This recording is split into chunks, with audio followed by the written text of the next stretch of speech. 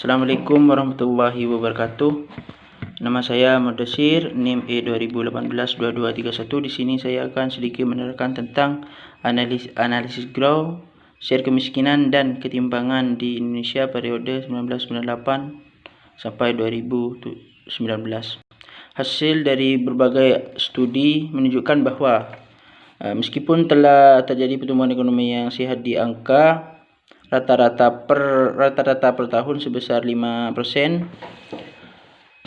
pasca krisis finansial di akhir abad ke-20, ketimpangan juga meningkat di berbagai aspek, dan hal tersebut dalam jangka panjang akan membuat pertumbuhan ekonomi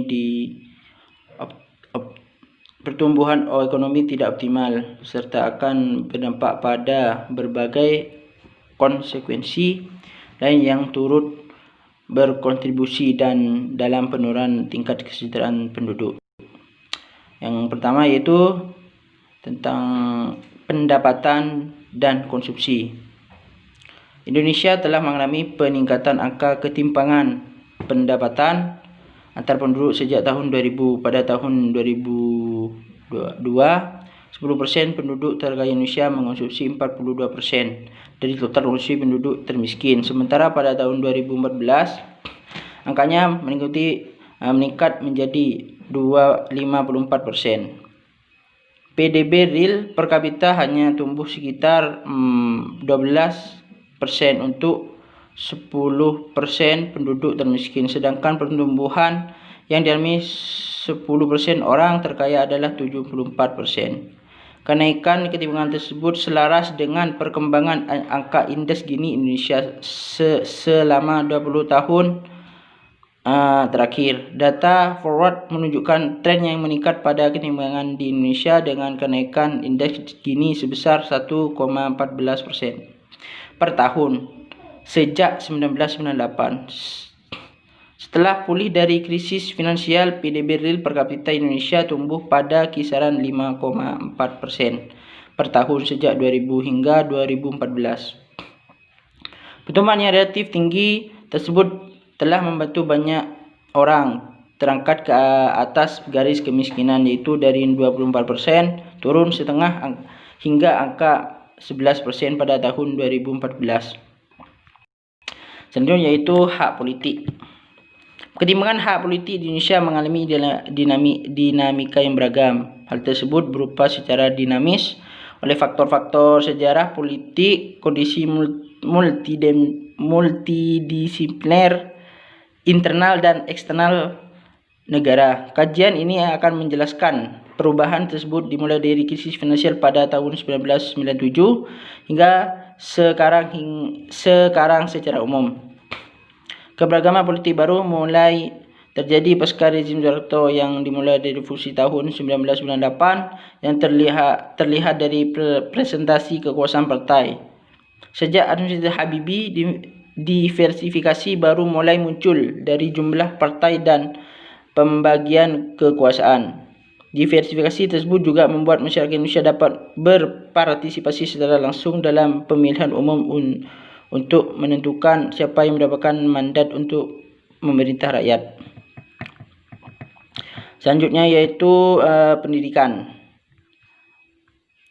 Jika ketimpangan pendidikan semakin tinggi atau tidak dapat teratasi, maka terjadilah ketidakadilan yang langgeng. Artinya, sumber daya manusia tidak akan berkembang, tingkat kecerdasan menurun, berkurangnya kesempatan untuk bersaing di dunia kerja, hingga tidak lagi dapat diandalkan sebagai generasi penerus yang cakap bagi bangsa untuk membangun negara yang beradab.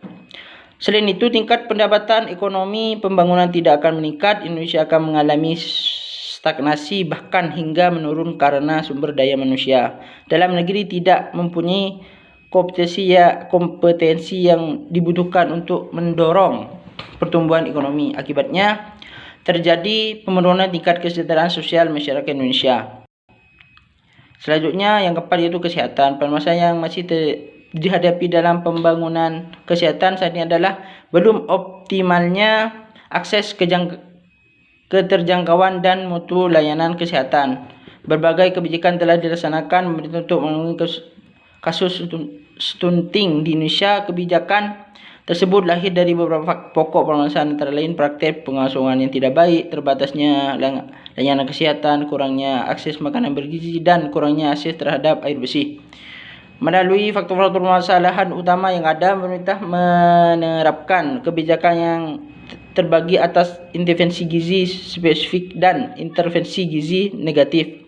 Misalnya untuk faktor praktek pengasuhan yang tidak baik, penguatan intervensi paket gizi pada ibu hamil dan balita dilakukan sebagai intervensi gizi spesifik, dan bimbingan perkawinan pranikah sebagai intervensi gizi negatif.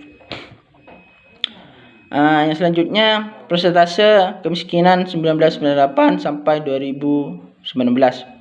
Pada Pusat Statistik BPS merilis angka kemiskinan pada Maret 2019 mencapai 9,41% dari total penduduk atau sebanyak 25,14 juta penduduk. Ini merupakan angka kemiskinan terendah sejak 1998.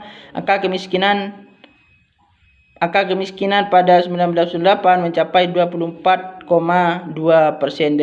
dari total penduduk. Mungkin cuma itu yang bisa saya sampaikan. Bila ada kesalahan, mohon maaf yang sebesar-besarnya. Wassalamualaikum warahmatullahi wabarakatuh.